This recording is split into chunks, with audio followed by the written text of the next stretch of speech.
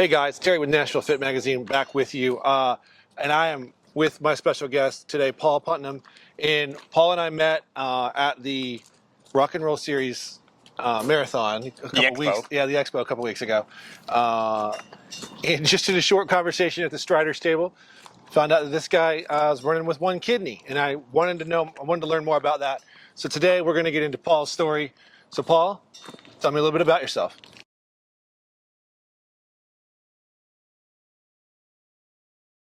How did you get into Nashville Striders? We started back in 2006. My wife and I, basically, we just started running to lose weight. I've lost over 130 pounds. Get out of here. Yeah, I used to be over 300. Bro. Yeah, and she's lost over 100. She's going through a time right now, and she's put some back on. So yeah. She's actually at Weight Watchers tonight, but yeah, that was originally how we started. Just started running to lose some weight and stuff, and then I don't know. I guess through internet web search or whatever, we found Nashville. Probably at a race or something. I don't know how we found it. Yeah. Now, who founded the Striders? I think it was. This is a pop quiz for you. Yeah, no. I didn't ask before we started if you knew this or not. I think it might have been Tom King. Okay. I think. I don't know, because I know he was the president for quite a while. I don't know if he goes way back. I don't know if he was the one that originally started it. Yeah. I don't know. Sorry. Yeah. No, I know they've been around for 50 years, so. Well, then it's fair that you don't know. We'll do a little Google search. Then yeah. We'll back up this story a little bit. Okay. Yeah. So you started running initially to lose weight, saw a sign. So how long have you been running with the Striders at this point? Basically since day one, like since 2006. That's awesome. And yeah, we'll always be a member with them. We might have, obviously with the pandemic and stuff, races canceled. Things happen. They don't meet as often as they used to, but we'll always be a member of the Striders. It was a spot in our heart for them. We'll always. So what's where y'all meet when you run? Like, you guys run different routes all over Nashville? Because you don't live.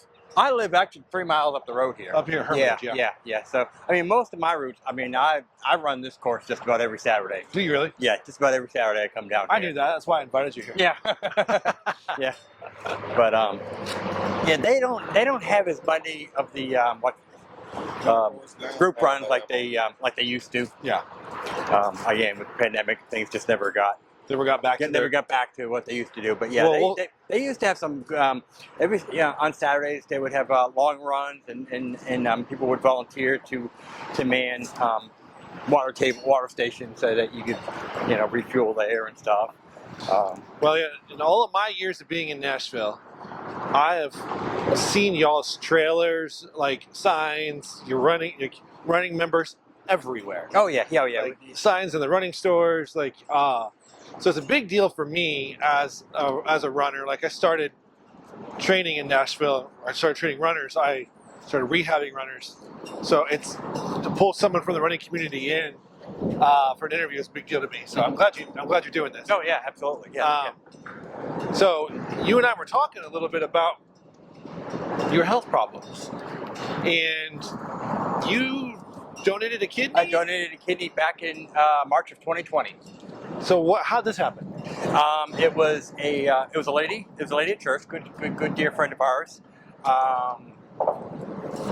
One time we were having a meeting at church, and her husband said they were the leader of the men's ministry that we do. Yeah. And so we were having a meeting, and he said that she wouldn't be able to make it. She was having some problems with the kidneys and stuff. And well, she was supposed to get her sister-in-law, I think it was, or her sister-in-law, one of the two, was going to donate. Right. But that fell through.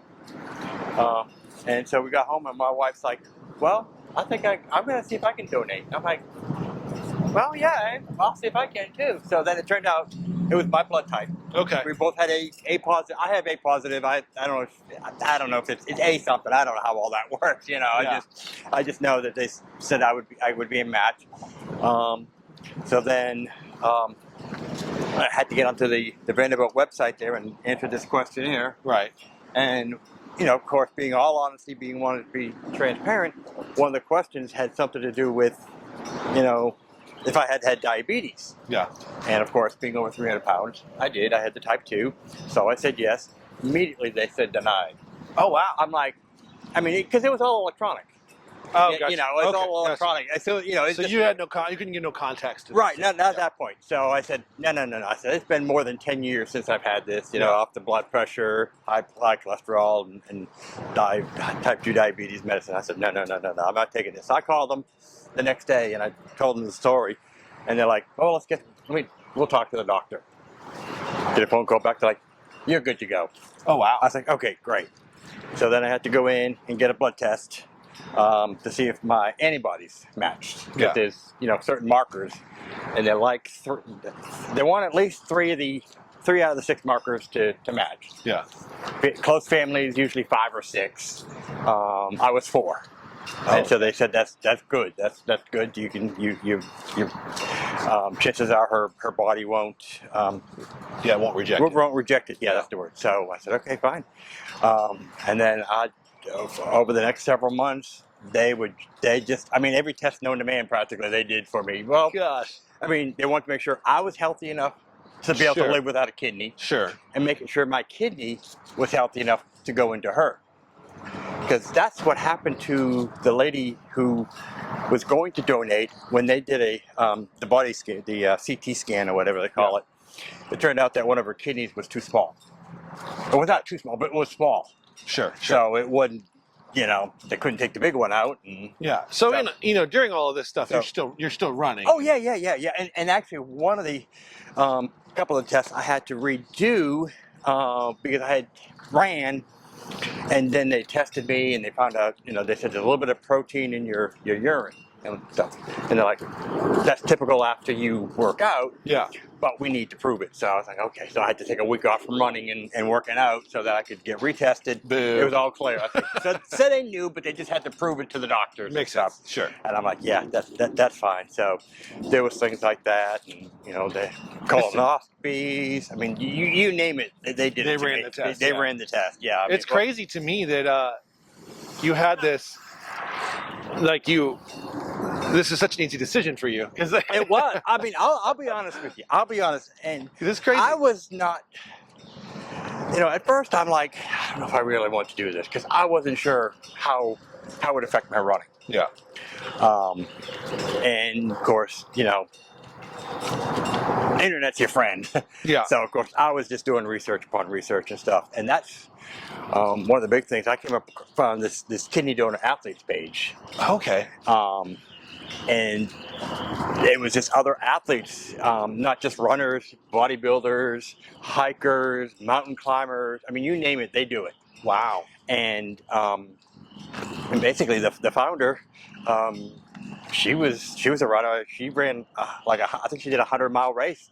Not right after she donated, but at some point after she donated and stuff. And I'm like, well, heck, if she can do it, I can do it. So I'm like, yeah, let's. So it just kind of really made my decision at ease at that point. Yeah. But of course, my faith in God, and I said, I trusted God that He would open the doors if this was for me to do. That He would open the doors for it. And such a phenomenal story.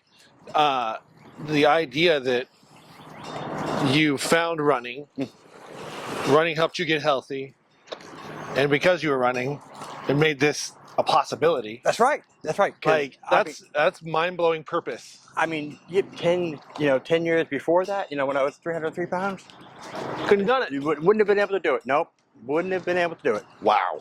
So, yeah. Well, that kind of sets the tone for what it means to get healthy on another level. Exactly. Yeah.